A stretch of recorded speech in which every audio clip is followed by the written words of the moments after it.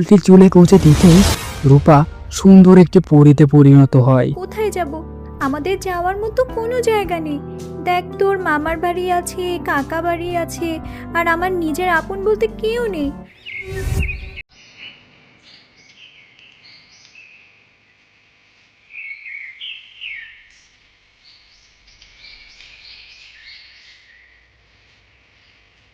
এক গ্রামে ছিল এক মায়াবী মনের মিষ্টি মেয়ে।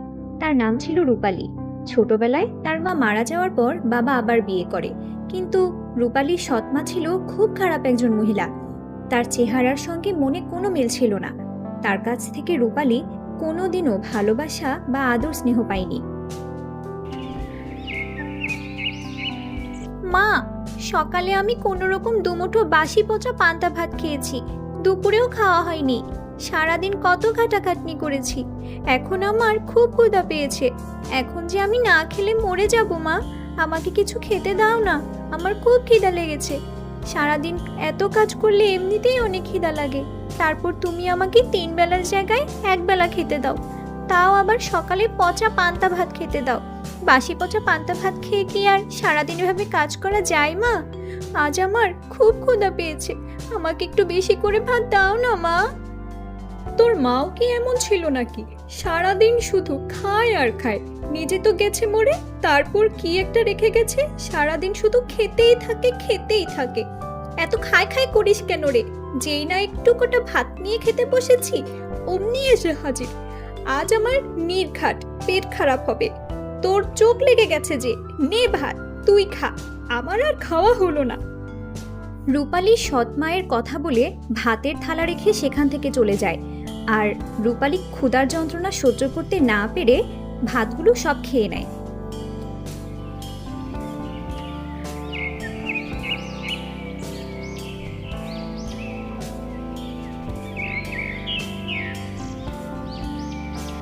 কি রে রূপালী, তোর থেকে প্রতিদিনই মন খারাপ থাকে।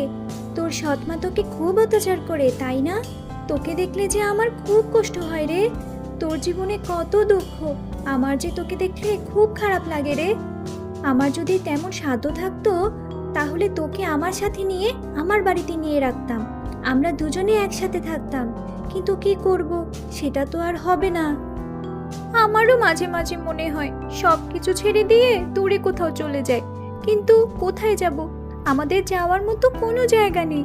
দেখ, তোর মামার বাড়ি আছে, কাকা বাড়ি আছে, আর আমার নিজের আপন বলতে কেউ নেই। কারো কাছে গিয়ে মনের একটু কষ্টগুলো বলবো, কেউ আমাকে বুঝবে এমন কেউ আমার নেই, কেউ নেই। তুই কাঁদিস না রে রূপালী, তোর কান্না যে আমার সহ্য হয় না রে। কে বলেছে তোর কেউ নেই? এই যে আমি আছি, তুই তোর মনের কষ্টগুলো আমার সাথে খুলে বলিস, আমি আছি। তুই কষ্ট পাস না রে, দেখিস সব ঠিক হয়ে যাবে একদিন। তুই আছিস বলেই আমি এখনো বেঁচে আছি রে। আমার এই দুনিয়ায় মন খুলে কথা বলার মতো কেউ নেই। আমি যেটুকু কথা বলি তোর সাথেই বলি, একমাত্র তুই আমাকে বুঝিস রে, তাছাড়া কেউ আমার কথা শুনতে চায় না। আমি কি এতটাই খারাপ রে যে কেউ আমাকে পছন্দ করে না? আমি আমার মায়ের সব কাজ করি, তাও আমার মা আমার সাথে কখনো ভালো করে কথাই বলে না। আচ্ছা, সৎ মা তো পর হতে পারে, কিন্তু তোর বাবা তো তোর বাবা, তোর আসল বাবা। তাহলে সে তোর কোনো খোঁজ খবর নেয় না, তোর সাথে ভালো করে কথা বলে না? বাবার কথা আর কি বলবো, মা বাবাকে যা বোঝায় বাবা তাই বোঝে, বসে থাকে সারাদিন জমিদারের সাথে ঘুরে বেড়ায়, আর যেটুকু সময় বাড়ি আসে মা বাবাকে যা বোঝায় তাই বুঝে আবার চলে যায়। বাবা তো মনে করে আমি খুব সুখে আছি। তুই তোর বাবাকে কিছু বলিস না? বলবো কি করে? বাবার সাথে যদি আমি কথাই বলতে না পারি, বাবার সাথে যখনই কথা বলতে চাই তখনই মা এসে বাধা দেয়। বাবাও তেমন আমার কোনো কথাই শুনে না। সাথী, বাড়ি যেতে হবে, তা না হলে আবার বকাবকি শুরু করে দেবে।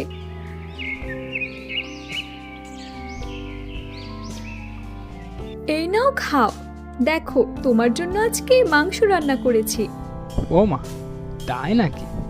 তা আমি তো মাংস আনিনি, তা তুমি মাংস কোথায় পেলে?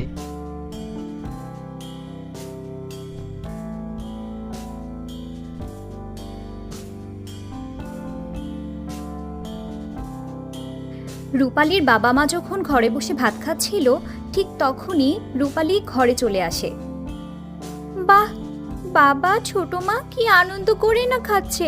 আমার নিজের বাবা একবারও খোঁজ নিল না তার মেয়ে খেয়েছে কিনা। সে আমার সৎ মা, তার কথা না হয় বাদই দিলাম। আমার নিজের বাবা সেও তো একবার খোঁজ নিল না তার মেয়েটা খেয়েছে কিনা। আমার যে ভাবতেও কষ্ট হয়, এটা কি আমার নিজের বাবা? মা, তুমি আমাকে কোথায় রেখে চলে গেলে? তুমি আমাকে কেন রেখে গেলে এই পৃথিবীতে? তোমার সাথে আমাকেও তো নিয়ে যেতে পারতে। আমি যে সহ্য করতে পারছি না মা। তুই এখন হঠাৎ করে ঘরে এলি যে, কিছু বলবি নাকি? না মা, আমি জানতাম না তোমরা খেতে বসেছো। জানলে আমি আসতাম না। কি রে মা, খেয়েছিস তুই? তোর মায়ের কাছে শুনলাম, তোর মা বলল আমার আসতে দেরি হয় দেখে তুই নাকি আগে আগে খেয়ে নিয়েছিস। হ্যাঁ, রান্না শেষ করার আগেই তো খেতে দিয়েছি। খেতে না দিলে হবে না, খুব ক্ষুধা লেগেছিল, তাই তো রান্না শেষ করেই খেতে দিলাম। যা, তুই এখন এখান থেকে যা। যাচ্ছি মা, যাচ্ছি। এই বলে রূপালী সেখান থেকে চলে যায়। এভাবেই দিনের পর দিন, মাসের পর মাস রূপালীর পরে অত্যাচার চলতেই থাকে। তার বাবা একটিবারও তার খোঁজ নেয় না।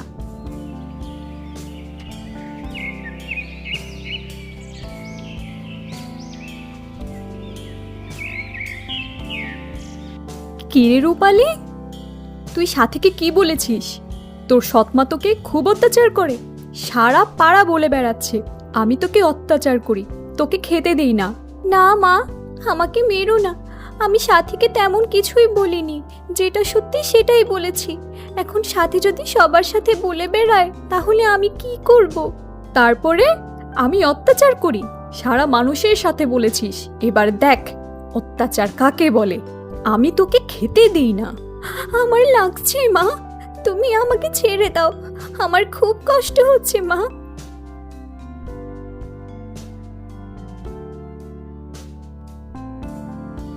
আমি আমার মনের কথা একটু কারোর সাথে খুলে বলবো তাও পারি না।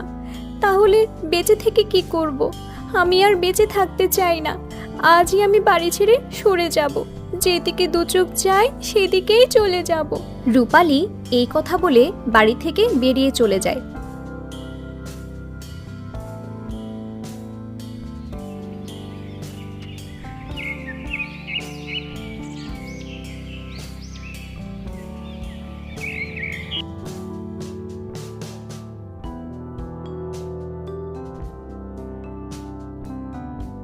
হাঁটতে হাঁটতে তো অনেক দূরে চলে এসেছি।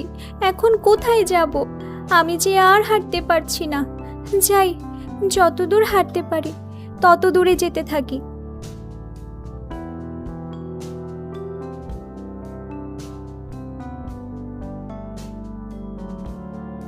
পাশে একজন বৃদ্ধাকে দেখা যাচ্ছে। ওটা মনে হচ্ছে খুব অসুস্থ হয়ে পড়ে আছে। যাই, তার কাছে গিয়েই বসি।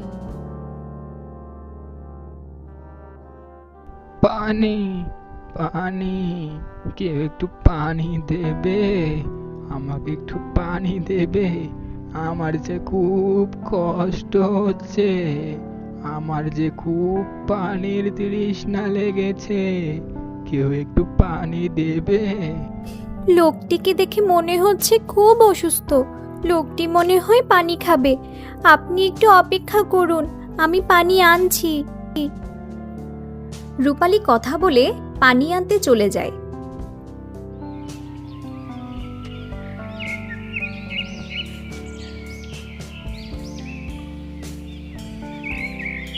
কিছুক্ষণ পর রূপালী পানি এনে বৃদ্ধ লোকটিকে দেয়।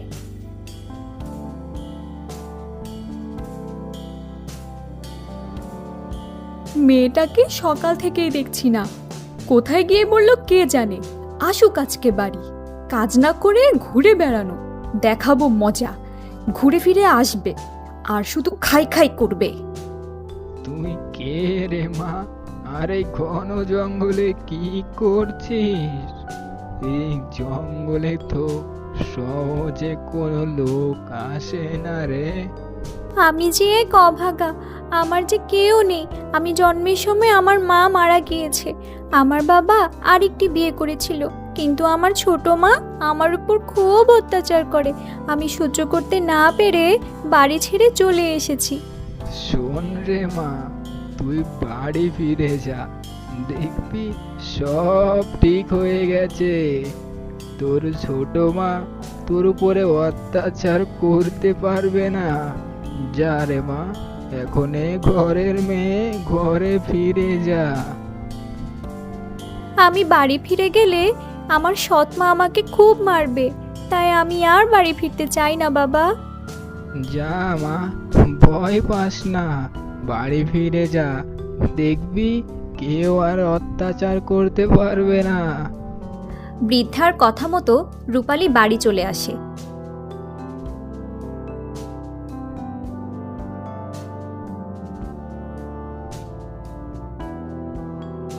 কিরে হতভাগা, কোথায় ছিলিস তুই এত সময়?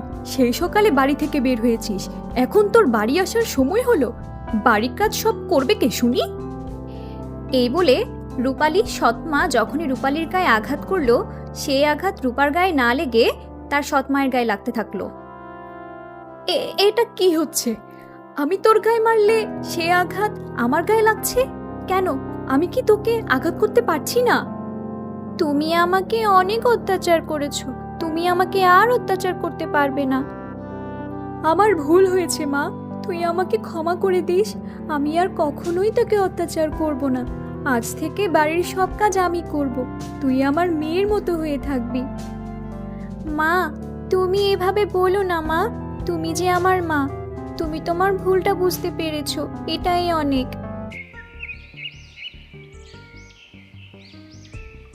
পরী রাজ্যে দুই পরিবোন থাকত। তাদের একজনের নাম ছিল নীলা, আর একজনের নাম ছিল রূপা।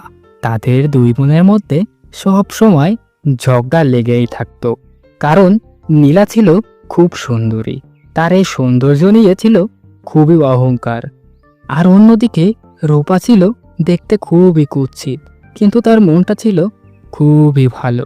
কিন্তু তার এই কালো চেহারার জন্য নীলা সব সময় তাকে কথা শোনাতো। তোকে কতবার বলেছি তুই আমার সামনে আসবি না, তোকে দেখলে আমার বমি আসে, তুই পরিরাজ্যের কলঙ্ক। আপু, তুমি আমাকে এমন করে বলছো কেন? আমি তো নিজে নিজে এমন কালো চেহারা নিয়ে জন্মাইনি। তোমাকেও যে সৃষ্টি করেছে, আমাকেও তো সেই সৃষ্টি করেছে। না না, তাই যদি হতো তাহলে তুই তো দেখতে আমার মতো সুন্দর হতিস। তোকে তো আমার বোন ভাবতেও লজ্জা করে। যা তো, তুই আমার সামনে থেকে বের হয়ে যা। আপু, তুমি আমাকে এমন করে বলছো কেন? আমি তো তোমার বোন। তুমি এমন করে বললে আমার অনেক কষ্ট লাগে। আইছে আমার কষ্ট আলি, তোর মুখ দেখলেও আমার দিনটাই খারাপ যায়। তুই এই পরিরাজ্য থেকে বের হয়ে যা তো, তোর জন্য অন্য সব পরিদের কাছে আমার কথা শুনতে হয়। আমি চলে যাব, অনেক দূরে চলে যাব, আর কখনো আমাদের দেখা হবে না। তুমি ভালো থেকো আপু। নীলার এমন কথা শুনে রূপা সেখান থেকে মন খারাপ করে চলে যায়।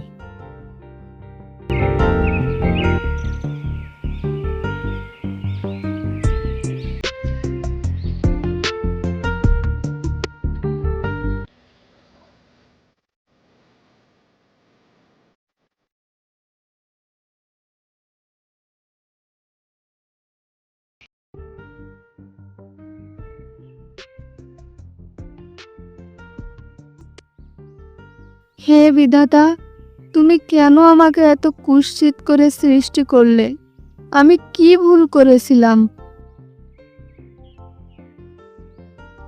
কষ্টে দুঃখে কান্না করে রূপা জঙ্গলে পথ ধরে হাঁটতে থাকে।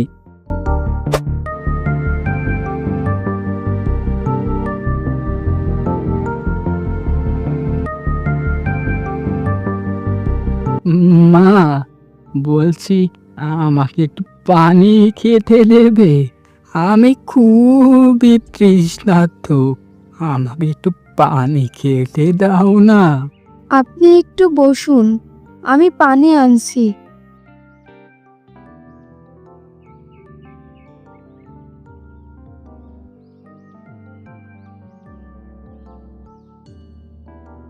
এই নিন, পানি খেয়ে নিন। তুমি কে মা? আর এই গভীর জঙ্গলে কি করছো? আমি যে এক অভাগা। কেন মা, কি হয়েছে তোমার? মনের কথাটা খুলে বলো দেখি, আমি তোমাকে কোনো সাহায্য করতে পারি কি না? আমি দেখতে খুব কুৎসিত, তার জন্য আমার বোন আমাকে বাড়ি থেকে বের করে দিয়েছে। তুমি দেখতে খারাপ হলেও তোমার মনটা অনেক বড়। শোনো মেয়ে, তুমি এই পথ দিয়ে সোজা হেঁটে যাবে। কিছু দূর যেতেই তুমি দেখতে পাবে একটা ছেলে হাতে একটি গোলাপ নিয়ে হেঁটে আসছে। ওই ছেলের কাছ থেকে ফুলটা নিতে পারলেই তুমি তোমার সৌন্দর্য ফিরে পাবে। কিন্তু এখানে একটা শর্ত আছে, ফুলটি তুমি চাইতে পারবে না। ছেলেটি যদি তোমাকে ফুলটি দেয় তাহলেই তুমি নিতে পারবে। আমি এখন আসি তাহলে। বৃদ্ধটি এই কথা বলেই সেখান থেকে গায়েব হয়ে যায়। রূপা হতবাক হয়ে যায়, এদিক ওদিক তাকাতে থাকে, কিন্তু রূপা তাকে খুঁজে না পেয়ে বৃদ্ধ লোকটির কথা শুনে সামনের দিকে হাঁটতে থাকে। কিছু দূর যেতেই রূপা দেখতে পায় তার সামনে একটা ছেলে হাতে ফুল নিয়ে হেঁটে আসছে। ঠিক তখনই রূপা বুদ্ধি করে মাটিতে শুয়ে পড়ে।